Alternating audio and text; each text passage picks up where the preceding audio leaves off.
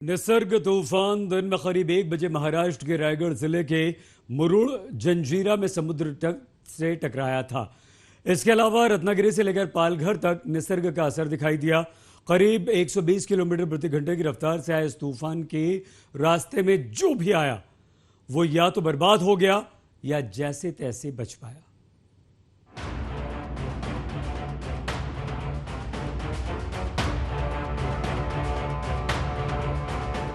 समंदर ने अंदर से उबाल मारा और जमीन पर तबाही का मंजर फैल गया।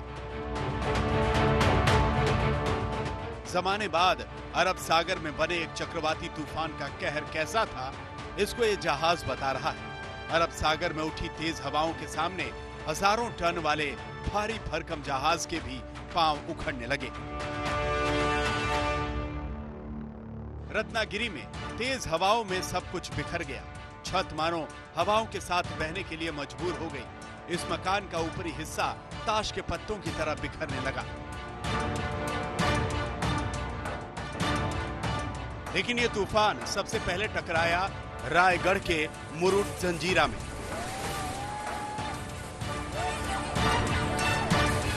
बुधवार के दोपहर करीब 1 बज रहे थे, तभी गरज के साथ करीब 120 किलोमीटर की रफ्तार से तेज हवाएं समंदर तट से टकराईं और छोड़ गईं सिर्फ बर्बादी।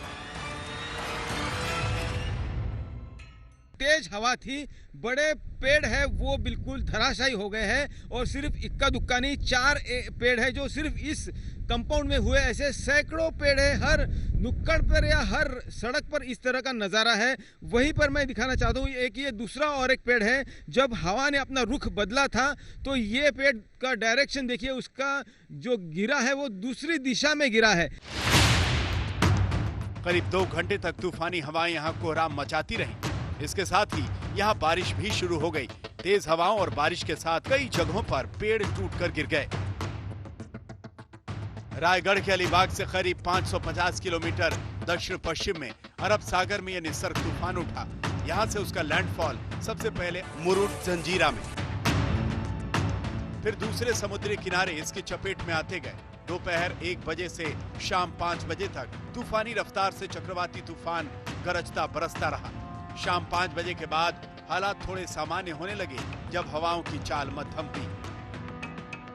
जो बारिश का सिलसिला इवन देर रात तक, रात को 11:30-12 बजे तक चलता जाएगा।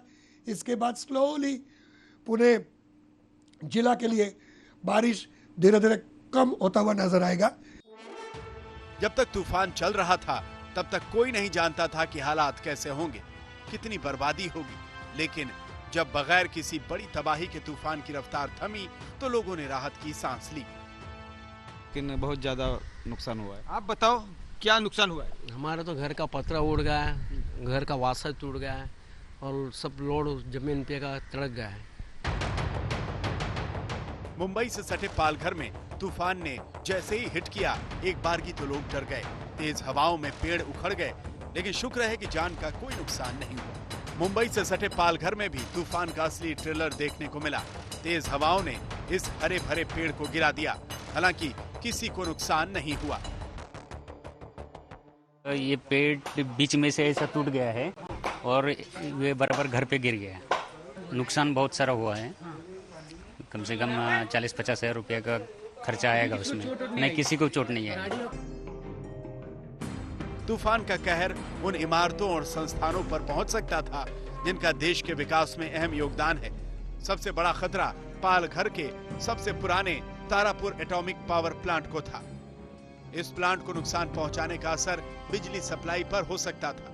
रायगढ़ में पावर, पेट्रोलियम, केमिकल्स और दूसरी कई अहम इंडस्ट्रीज हैं। वैसे 129 साल बाद आया तूफान बहुत बड़ी मुसीबत का सबब बन सकता था, लेकिन तूफान की रफ्तार कई जगहों पर समंदर के किनारे आते आते धीमी हो गई। इससे एक बड़ी मुसीबत से मुंबई और महाराष्ट्र बच गए। अलीबाग से पंकज खेलकर के साथ आज तक ब्यूरो।